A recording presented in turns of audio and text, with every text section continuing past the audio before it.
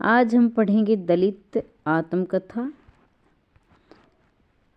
आत्मकथा का मतलब होता है जिसमें लेखक स्वयं अपने बारे में लिखता है। तो जो दलित समाज के महापुरुष थे उन्होंने अपने बारे में अपनी आत्मकथा लिखी, यानी अपने जीवन के इतिहास के बारे में, अपने संघर्षों के बारे में लिखा है। नमस्कार दोस्तों, स्वागत है आपका सक्सेस इन हिंदी अकेडमी में। तो ये वीडियो आपके लिए बहुत महत्वपूर्ण रहने वाली है, इसलिए शुरू से लेकर अंत तक अवश्य देखें। इसमें एक प्रश्न आता ही आता है, चाहे वो टीजीटी पीजीटी परीक्षा हो, चाहे नेट हो या असिस्टेंट प्रोफेसर हो, एक प्रश्न आपको हमेशा देखने को मिलता है। तो टॉपिक का नाम है दलित आत्मकथा।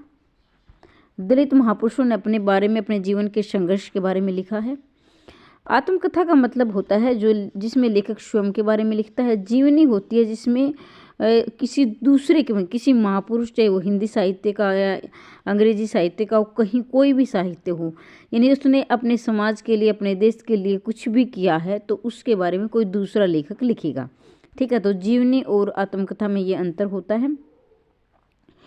एक वीडियो मैंने और बना रखी है जिसमें आपकी जितने भी महापुरुष हैं उनकी आत्मकथा के बारे में वर्णन किया था। ये हमारा दूसरा भाग है जिसमें दलित आत्मकथा है, यानी सिर्फ दलित समाज की आत्मकथा है। आगे हम पढ़ेंगे जिसमें दलित का मतलब होता है दबा या कुचला गया। दबा या कुचला गया अगर देखा जाए तो सिर्फ ये SC ST कास्ट के बारे में ही नहीं है, बल्कि देखा तो क्योंकि देखो, दबा या कुचला गया जब प्राचीन काल में, यानी 1947 से पहले की मैं बात करूँ, उसके बाद भी कंडीशन बड़ी ही, मतलब स्थिति बड़ी ही भयानक रही है। और अब भी कुछ जगहों पर अब भी मैं मानती हूँ, वैसे तो काफ़ी सुधार हुआ है। महिलाएं भी अगर देखा जाए तो चाहे किसी भी समाज की थी, सामान्य की, OBC की, SC की, ST की, महिलाओं को भी काफ़ी दबाया या कुचला गया है। यानी महिलाओं के अधिकार को अब देखा जाए तो जैसे बड़े बड़े जो यानी जो पैसे से देखा जाए तो बड़े बड़े अच्छे जो जमींदार हैं या जो धनी वर्ग है, उनमें भी महिलाओं का शोषण होता था। उन्हें न शिक्षा का अधिकार होता था, न बाहर जाने की इजाज़त होती, वो अपनी मर्जी से कुछ नहीं कर सकती थी। तो एक तरह से देखा जाए तो वो भी दलित ही समाज था, यानी वो भी दबी या कुचली गई थी। ये तो संविधान लिखे जाने के बाद ऐसी स्थिति हुई है। मैं ज़्यादा समय इसलिए ले रही हूँ थोड़ा सा, क्योंकि ये आपके लिए जानना बहुत ज़रूरी, वैसे आप जानते हैं, लेकिन थोड़ा सा अगर थोड़ी से इसमें मैं थोड़ी छवि डालूंगी तो आपकी जो धूमिल सी हो रही है वो थोड़ी साफ हो जाएगी। आगे बढ़ते हैं। धूमिल का मतलब कि आपने लंबे समय से नहीं पढ़ा है। मोहनदास नमिश पढ़ने की शुरुआत करते हैं। मोहनदास नमिश राय, अपने अपने पिंजरे दो भाग। अब देखो, मैंने थोड़ी देर पहले आपको बताया था कि दबा या कुचला गया, तो अब किसी इंसान को अपने अनुसार, यानी कि वो अपनी मनमानी करेगा, वो चाहे वो जो मन में आए वो करें, लेकिन अगर समाज के लिए उचित है, अपने लिए उचित है, अपने परिवार के लिए उचित है, यानी कि किसी दूसरे की भलाई के लिए, अपनी भी भलाई हो, वो कार्य किया नहीं किया जाए, यानी उसे दबा दिया जाए, तो एक तरह से उसके लिए वो घर हो या समाज हो या देश हो, पिंजरा बन जाता है।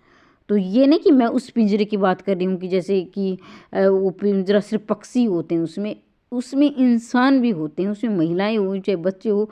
जिस समाज में किसी दूसरे इंसान को अपने अनुसार ढाला जाए, मतलब कि हमारी ज़िंदगी की बागडोर दूसरे के हाथ में होगी, तो वो हमारे लिए पिंजरा बन जाती है।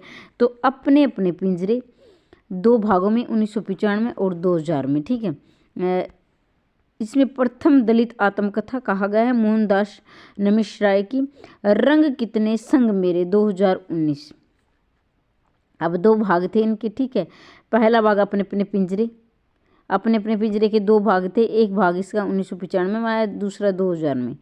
अब क्या है, ये एक और उन्होंने लिखी, रंग कितने संग मेरे। अब क्या है, रंग कितने संग मेरे, तो अब रंग कितने, मोहन के कितने रंग थे और उसके संग कितने रहते थे, लेकिन उनके जो अंदर का दर्द था वो संग वाले नहीं जानते थे। वो रंग कितने, यानी खुद के रंग खुद ही जानता था। मोहन लगा के देखिए, मोहन के क्या है, उसके कितने जिंदगी के रंग थे, और ये चाहे कोई संग हो वो खुद ही जानता है। रंग कितने संग मेरे याद कराने का ये तरीका है, वैसे इससे कोई लेना देना नहीं है।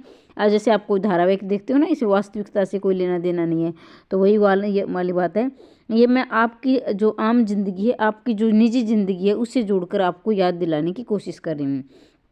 ओम प्रकाश वाल्मीकि जूठन 1997-2015। अब यहाँ देखेंगे जो वाल्मीकि जो जाति होती थी वो साफ सफाई का काम करती थी, जो धनी वर्ग थी, जमींदार वर्ग के यहाँ, तो जो उनका जो जूठा बचता था यानी जूठा भोजन बचता था वो उनको दे देते थे, तो उनको खाना पड़ता था। ये नहीं कि मतलब उनसे साफ सफाई के बदले वो वैसा भोजन नहीं देते थे कि जैसे उन्हें बनाया दे दिया, नहीं, उनका जो खाया हुआ बचता था वो दे देते थे। तो ओम प्रकाश वाल्मीकि, अब देखो नाम से ही लग रहा है कि वाल्मीकि जो सफाई करने वाले, आजकल तो ऐसा नहीं है, उस समय की बात हो रही है जब इन्होंने ये आत्मकथा लिखी थी। तो अब क्या है वाल्मीकि, अब वाल्मीकि समाज ने जो जूठन मरता था कार्य के प्रति साफ सफाई के बदले, तो उन्होंने अपनी आत्मकथा का नाम जूठन रख दिया, जो कि वास्तविकता को दिखाया गया है। उन्होंने अपनी ज़िंदगी में जो दर्द झेला, तो तकलीफें झेली हैं, उन्हें वास्तविकता को लोगों को दिखाया है, दर्शाया है। किशोरी शांताबाई काले छोरा कुल्हाटी, वैसे काले से कुल्हाटी भी याद कर सकते हो, ठीक है, लेकिन अगर मतलब काले से यानी किशोर से ये भी कैसे जुड़ रहा है, वैसे आपकी मर्जी है। अगर देखा जाए तो मैं हरियाणा से संबंध रखती हूँ, तो हरियाणा में क्या होता है, किशोरों को, जिसको आप साइकोलॉजी में क्या बोलते हो, एडोलसेंस एज बोलते हो, एडोलसेंस अवस्था यानी किशोर अवस्था, तो किशोरों को छोरा बोला जाता है, यानी जो होते हैं जो बचपन से ने उत्तर बाल्यावस्था से आगे जो अवस्था आती है किशोरी अवस्था, उसे छोरा बोला जाता है हमारे समाज में। छोरा तो किशोर, छोरा से भी किशोर क्या है, छोरा है, ये भी आप पढ़ सकते हो। लेकिन अगर आप हरियाणा से बाहर देख रहे हो, तो अगर आपको ये याद नहीं आ रहा है, तो ऐसे किशोर से क्या कैसे जोड़कर आप इसे याद कर सकते हो। कौशल्या बैसंत्री, अब देखिए कौशल्या बैसंत्री की दोहरा अभिशाप, अभी मैंने थोड़ी देर पहले आपसे जिक्र किया था कि महिलाओं को भी दबाया कुचला गया था, महिलाओं को घूंघट प्रथा थी, सती प्रथा थी, तो इन सभी दर्द जख्मों से जूझना पड़ा था। उन्हें शिक्षा का अधिकार नहीं था, उन्हें घर की चार दीवार, उनका काम सिर्फ चूल्हा चौका, बच्चे पैदा करना और बाकी परिवार के सभी लोगों की सेवा करना, उनके अपने कोई अधिकार नहीं थे, अपनी कोई छूट नहीं थी, वो आज़ादी से नहीं जी सकती थी। अब हो सकता है कुछ कमेंट करेंगे मैं ऐसा नहीं है, आजकल तो वैसे देखा जाए तो काफ़ी हद बहुत ज़्यादा देखा जाए तो बहुत ज़्यादा बदलाव हुआ है, महिलाओं को शिक्षा का बहुत से अधिकार मिले हैं, लेकिन कहीं ना कहीं जो मैं अपने आसपास में मैंने खुद अब देखा, अभी भी ऐसा होता है कि लड़कों और लड़कियों में भेदभाव किया जाता है, पति यानी जो घर की बहू और बेटी में भेदभाव होता है। अगर ऊपर से क्या है, कौशल्या बैसंत्री को लगाए, वैसे हम इसे को वास्तविक इतनी मैंने ये पढ़ी नहीं है, लेकिन अगर देखा जाए तो मतलब दोहरा अभिशाप हम देखेंगे, एक तो क्या है दलित है, मतलब दलित समाज से उस समय कितना दर्द झेला होगा। दूसरा क्या है, महिलाएं हैं, अब महिलाओं को भी दबाया गया था और दलितों को भी दबा गया था, तो दोनों उसके पास तो दो अभिशाप हो गए। एक तो महिला, ऊपर से क्या है उन्होंने दलित समाज में जन्म लिया, तो उन्होंने दोहरा अभिशाप यानी दोहरे कष्ट झेले होंगे, इसलिए कौशल्या बैसंत्री दोहरा अभिशाप। अगर ये आप देखो, अगर आपको याद नहीं हो रहा तो याद करवाने की एक ट्रिक बताती हूँ मैं आपको।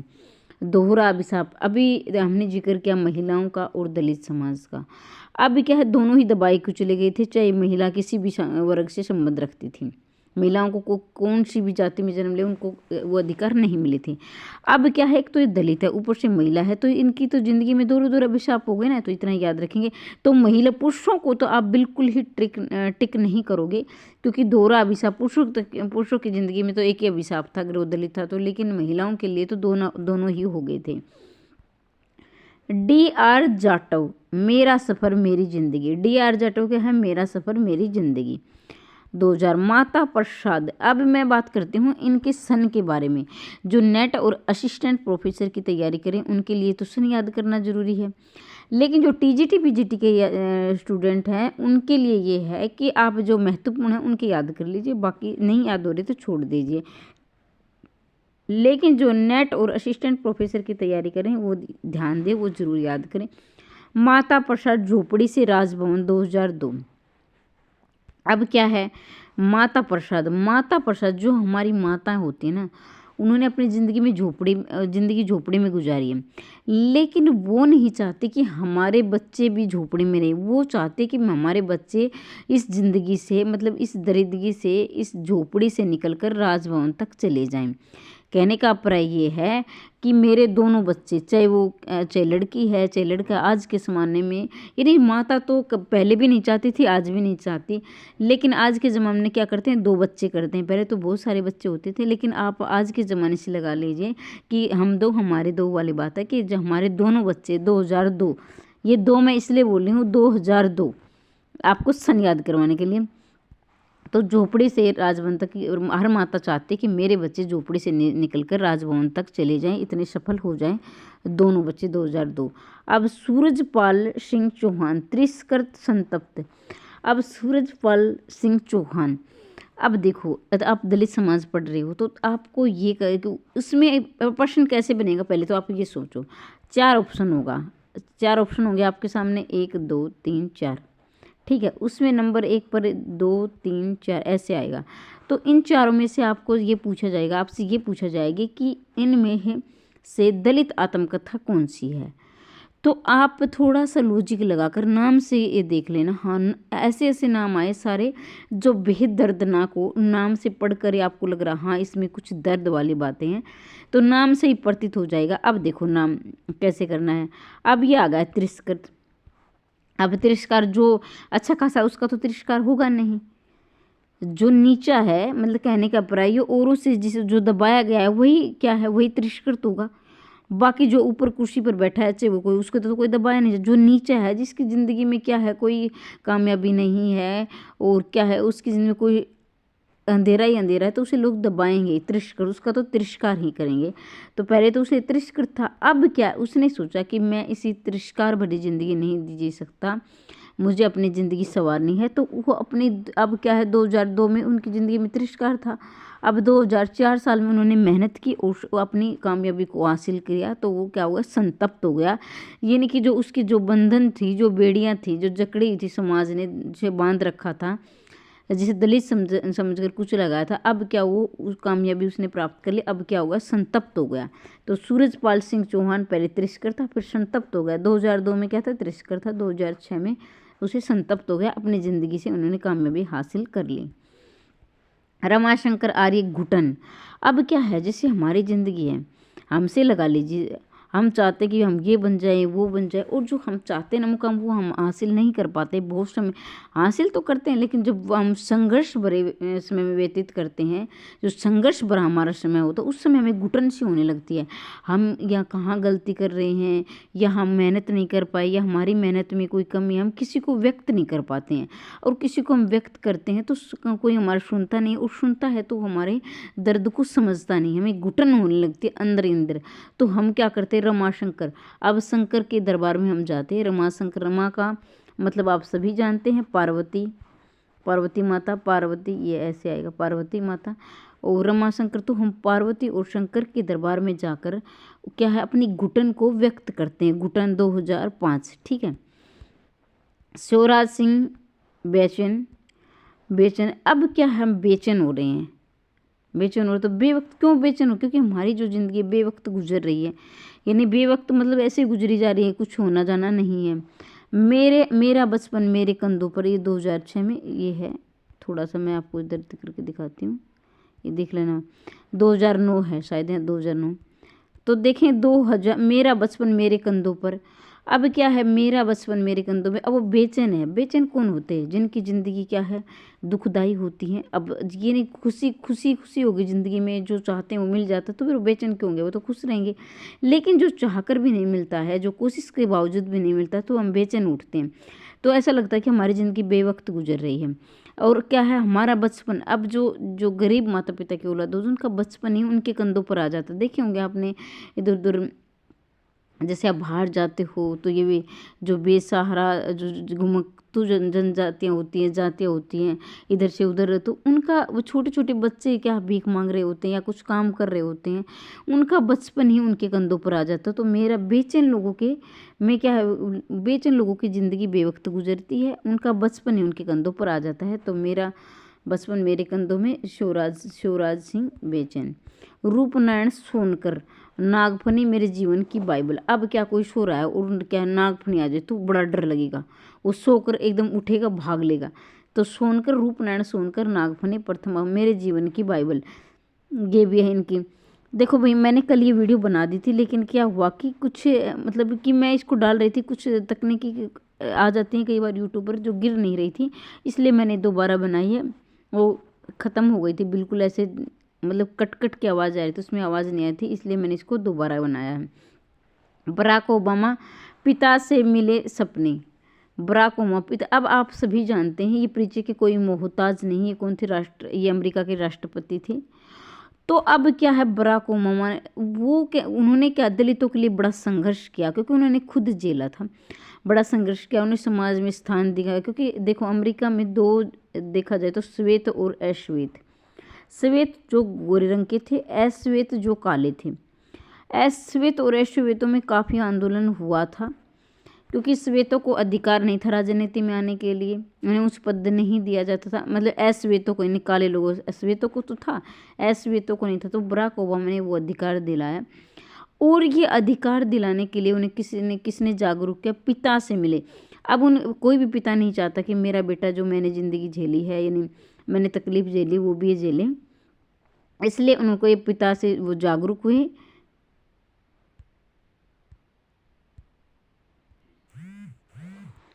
तो पिता नहीं चाहते थे कि उनका बच्चा भी ऐसी ज़िंदगी जिए। हर एक पिता चाहते हैं कि उनका बच्चा बेहतर ज़िंदगी जिए। पिता से मिले सपने, बराक ओबामा को पिता से मिले सपने 2009। अब किसी को ये कहे कि भाई, मान लीजिए किसी से पूछे कि आपको सपने कहाँ, आपके सपने खुद के कहाँ कब जगे, तो नो, मुझे तो मेरे पिता से। नो मतलब कि कोई ये कहे आप श्रेय किसको देना चाहते हो, आपने कितनी मेहनत की, तो कहिए नहीं, नो मेरी इतनी मेहनत नहीं थी। दो नो मतलब नहीं, मैं नहीं वाले नो से ले रही हूँ कि नो, मेरी ज़िंदगी पहले ऐसी नहीं थी, मुझे तो पिता से मिले सपने हैं, तब मेरी अंदर जागरूकता आई, यानी मैं जागरूक हुआ, मुझे अपने अधिकार के प्रति जागा और लोगों का अधिकार दिलाने की कोशिश की।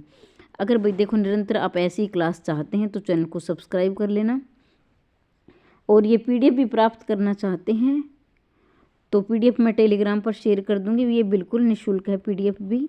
टेलीग्राम से आप अवश्य जुड़ें। व्हाट्सअप लिंक भी डाउनलोड कर सकते हैं, वहाँ भी आप मेरे से बातचीत कर सकते हो। कोई भी अगर किसी प्रश्न से संबंधित आपको डाउट है, और चैनल को अवश्य सब्सक्राइब कर लेना, क्योंकि निरंतर क्लासें हमारी चलती रहेंगी। बालचंद्र मुणेकर, मेरी हकीकत। बालचंद्र मुणेकर, मेरी हकीकत। मुणेकर, मेरी हकीकत। अब क्या है, मुणेकर क्या कह रहा है कि भाई मेरी हकीकत मत पूछो, मेरी हकीकत, ये कहते हैं ना कई बार, मेरे बारे में मेरी हकीकत मुझे बड़े, मेरी हकीकत बड़ी दर्दनाक है।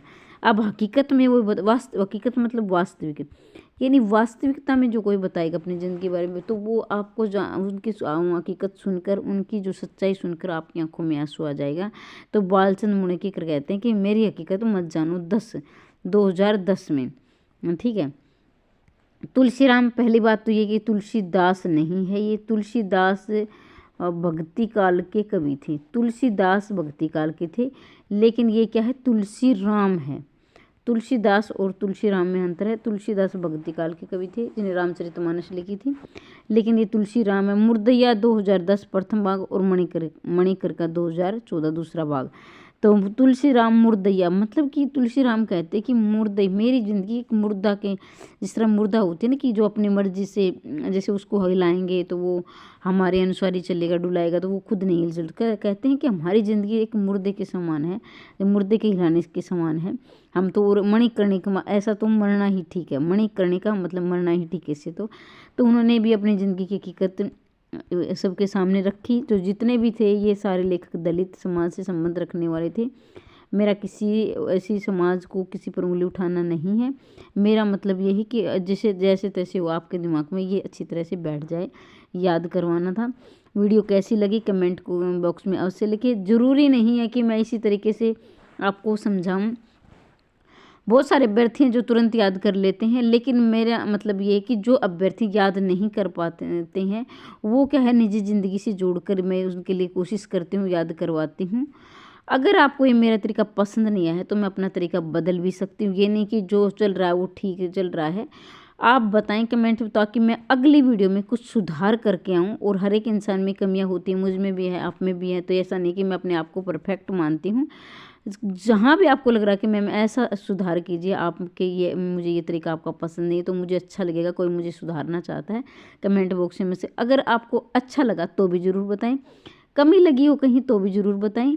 कमेंट आप अवश्य करें। निरंतर क्लास चाहते तो चैनल को सब्सक्राइब कर लेना, घंटे वाले निशान को दबा देना। और मैं चाहती हूँ तो हमेशा हंसते रहें, मुस्कुराते रहें, दिन दोगुनी रात चौगुनी उन्नति करते रहें। मिलते हैं अगली वीडियो में, तब तक के लिए जय हिंद, जय भारत।